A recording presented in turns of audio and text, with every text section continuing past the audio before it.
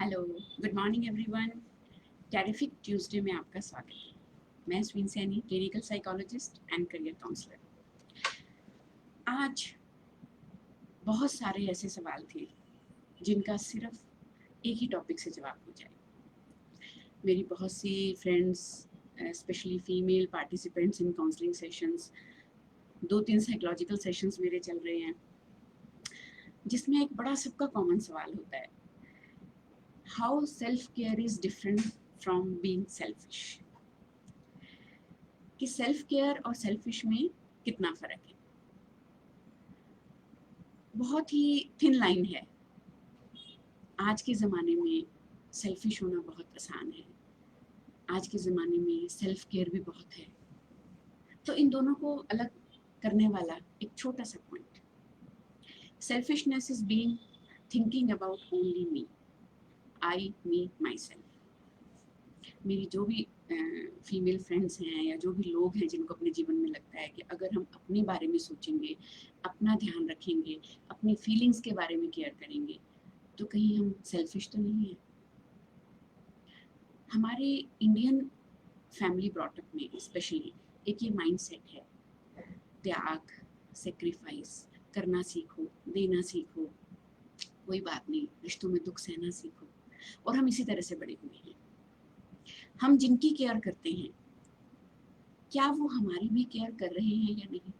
हम जिन्हें दे रहे हैं, क्या वो हमें भी कुछ देने में इंटरेस्टेड हैं कि नहीं? यहाँ मटेरियलिस्टिक चीज़ों से लेके emotional strength, emotional support, emotional empowerment, सब कुछ इंक्लूड होता है। तो जो सेल्फ केयर है, आज मैं सिर्फ इमोशनल पॉइंट ऑफ व्यू से बात करूंगी, क्योंकि बाकी चीज़ें हर एक के लिए अलग अलग मायने रखती हैं। किसी की ज़रूरतें मटेरियलिस्टिक चीज़ों में हैं, किसी की ज़रूरतें फाइनेंशियल फ्रीडम में हैं, किसी की एम्पावरमेंट जो है वो अपनी फैमिली के सपोर्ट से है, किसी की एम्पावरमेंट सेल्फ रिस्पेक्ट से है। तो सेल्फिश लोग सिर्फ और सिर्फ लेना जानते हैं। और मैं पिछले दिनों कहीं एक कोट पढ़ रही थी, मुझे बहुत अच्छा लगा कि देने वाले को ही लिमिट देखनी पड़ेगी, क्योंकि लेने वाले की कोई लिमिट नहीं होती। तो जो बाय हुक एंड क्रुक सिर्फ अपने लिए, बिना अकाउंटेबिलिटी, बिना रिस्पॉन्सिबिलिटी एंड बिना being answerable, they are looking everything for themselves with blame game or with complaints, anything, but they are always willing to take. They are not ready to give anything in return, not even emotional support or a single moment of understanding. तो वहाँ मुझे लगता है कि देने वाले को self care का पूरा हक है। अगर आपकी फिजिकल, मेंटल, इमोशनल एक्सप्लॉयटेशन हो रही है, देन बीवेयर, क्योंकि आज नहीं तो कल आप ड्रेन आउट होंगे। तब आप गिल्ट होंगे, अफसोस करेंगे और इतने रूखे और इतने शूड हो जाएंगे कि आप अच्छे लोगों के लिए भी कुछ करना बंद कर देंगे। तो उससे पहले एक एक्सट्रीम लेवल अब है हमारा सेल्फ इग्नोरेंस का, और दूसरा एक्सट्रीम लेवल हमारा होता है जाके सेल्फ केयर, सॉरी सेल्फिश का। तो हमें बीच एक बैलेंस करना है कि हमें सेल्फ केयर मेंटेन करनी है। जितना दे सकते हैं उतना दीजिए, जितना आप डिज़र्व करते हैं उतना आपको मिले, स्पेशली इमोशनल सपोर्ट ज़रूर मिले, एक लेवल ऑफ अंडरस्टैंडिंग ज़रूर मिले। आप कैसा फील करते हैं ये आपको समझा जाए, उतना ही देने का जो है वो अपने आप से वादा करिए।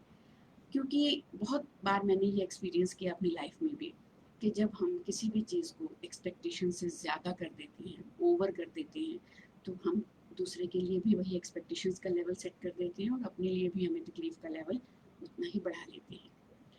तो जिनको भी ये लगता है कि self care is being selfishness,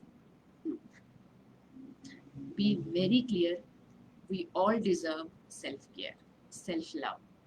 सो जब तक एक पेड़ खुद फलों से लदा नहीं होगा, खुद हरा भरा नहीं होगा, तब तक ना तो वो किसी को छाया दे सकता है, ना ही फल दे सकता है। अगर हम खुद ही अंदर से ड्रेन आउट हैं, हम अंदर से रूखे सूखे हैं, हम अंदर से परेशान हैं, हमें वो नर्चरिंग नहीं मिल रही जो हमें चाहिए दूसरों को नर्चरिंग देने के लिए, तो आप खुद ही बताइए आप कैसे करेंगे।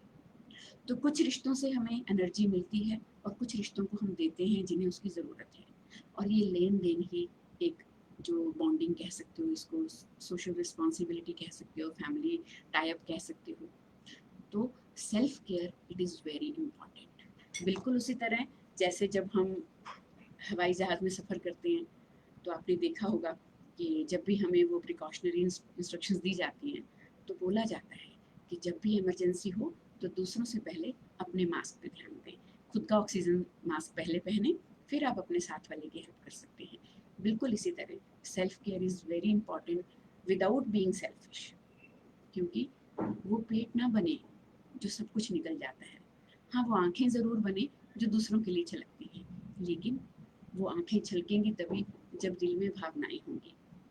दिल में भावनाएँ तभी बचेंगी जब आपको दूसरों से भी उतना ही प्यार मिलेगा, उतना ही रिस्पेक्ट मिलेगी, उतना ही रिस्पॉन्स मिलेगा। So keep shining, do self care, खुद का पूरी तरह से ध्यान रखिए, स्टे पॉजिटिव, स्टे हेल्दी, स्वस्थ रहिए, व्यस्त रहिए, मस्त रहिए। Thank you so much.